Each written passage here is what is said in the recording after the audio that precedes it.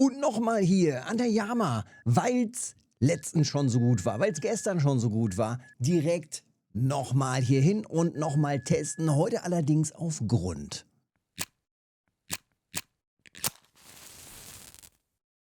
Na, wir müssen der Yama doch mal auf den Grund gehen. Wir müssen doch mal gucken, was hier so geht und was hier so zubbelt. Ich bin hier schon seit gestern. Direkt nach dem Monster Drill hier vom Königslachs direkt hier nochmal weitergemacht auf Grund. Und ja, auf Grund einfach getestet auf hier diese ganzen kleinen Regenbogenstinte.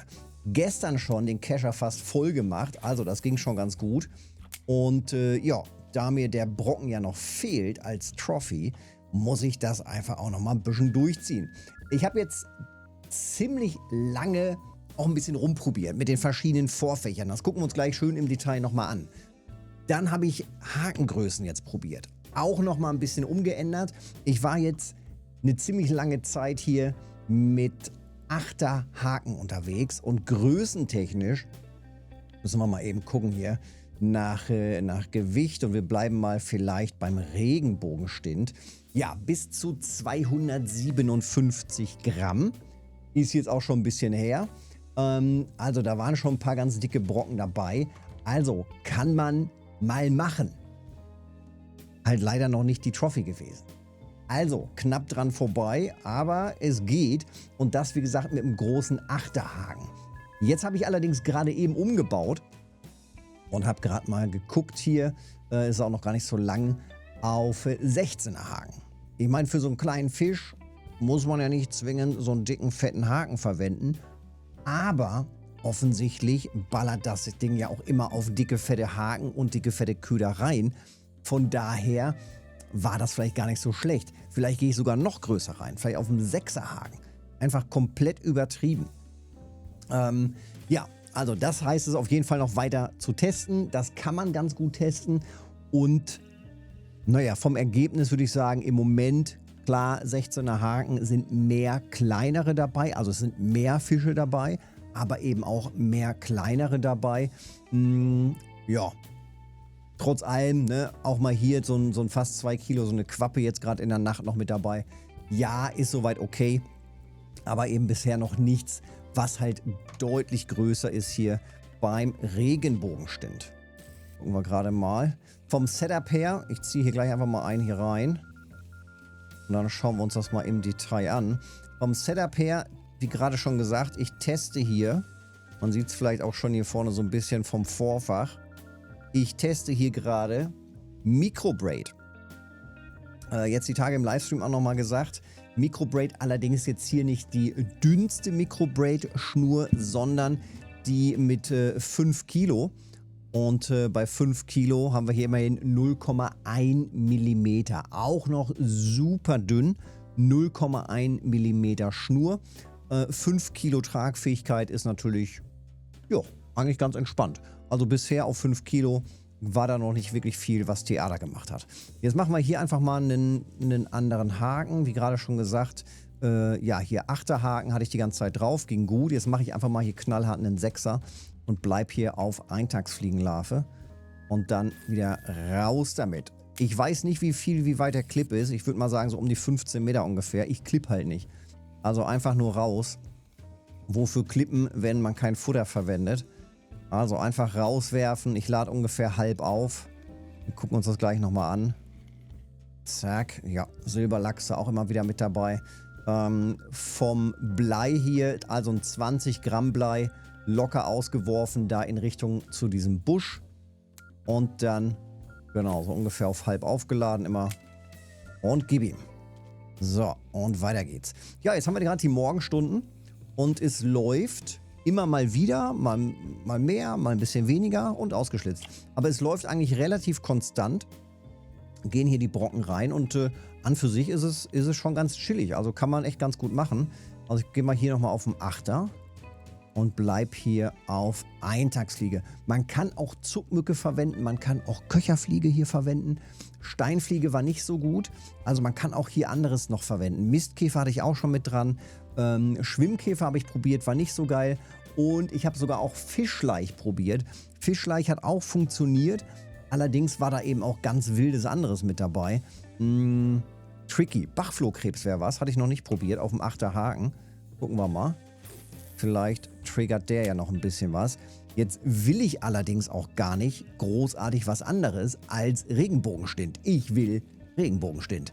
Und dementsprechend bleibe ich ja auch am besten auf dem Köder, wo hier am meisten Regenbogenstint reingeht. Und das war bisher einfach die Eintagsfliegenlarve.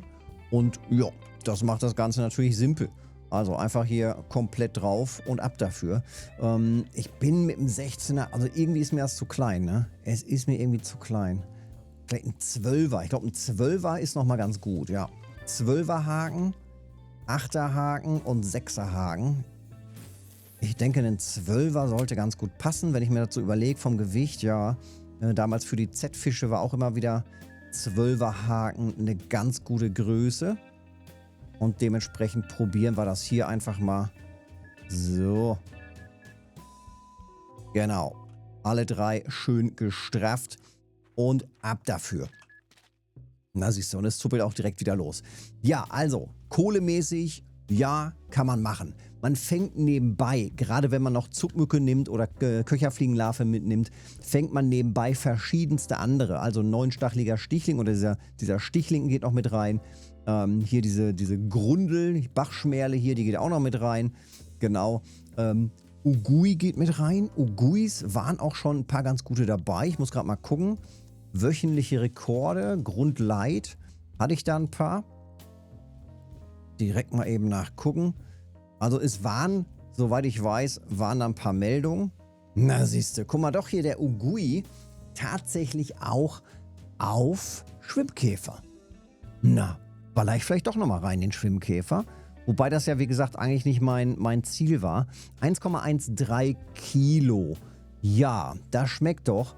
Und der Regenbogenstint, wo ist er? Da ist er, Regenbogenstint. Komplett bis zu 300 Gramm, aber auch alles auf Eintagsfliege. Hier wahrscheinlich hauptsächlich auf Pose. Also Pose ist halt standardmäßig dafür. Auf Grund ist schon selten.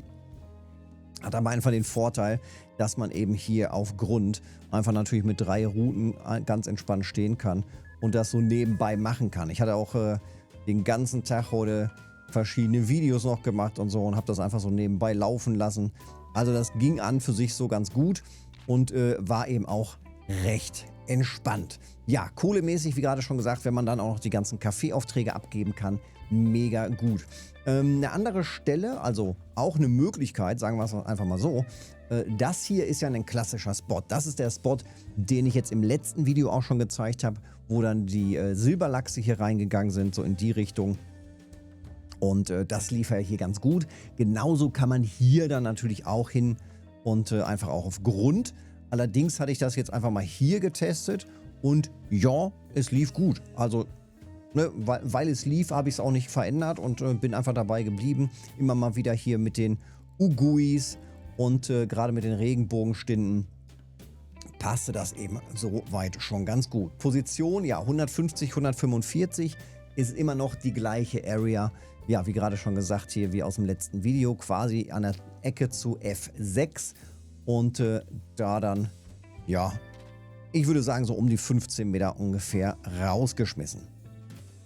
Ich würde sagen auch, wir gucken gleich nochmal rein hier in den Kescher, wie viel das Ganze so gebracht hat, wie viel die Fischis so bringen und ja, ich würde sagen, die Zeit nutzen wir einfach mal eben. Gucken wir kurz rein. Ansonsten war es das, ne? Achso, Vorfächer. Vorfächer. Ich habe verschiedenste Vorfächer probiert. Das schlechteste Vorfach von der Frequenz waren die Mono-Vorfächer, die gefärbten Mono-Vorfächer. Das hat mich ein bisschen überrascht. Gucken wir gerade mal. Jetzt ziehen wir eben hier eine rein. Also das war wirklich ein bisschen eigenartig. Weil wir hier sonst eigentlich so diesen grauen Untergrund auch haben und so. Und jetzt, wie gesagt, hier mit dem Microbraid war es ganz okay. Hier ist es, glaube ich. Ne, Moment, das ist Monophil normal. Oder ist es das Graue? Halt mal eben rein. gucken. Ach, hier unten ist es, ne? Genau. Mono Dark. Genau, Mono Dark. Also das war tatsächlich nicht so der Bringer. Dann gibt es ja hier auch noch ein Fluorocarbon. Das muss ich auch auf jeden Fall nochmal testen. 7,8 Kilo. Fluorocarbon, spezielles Karpfenvorfachsmaterial Fluorocarbon. Also das ist alles im Shop unter Karpfenvorfachsmaterialien zu finden und eben nicht normale Schnur, Hauptschnur. Also alles spezielle Materialien, eben höchst transparent und so weiter. Also das wäre auf jeden Fall nochmal eine Idee.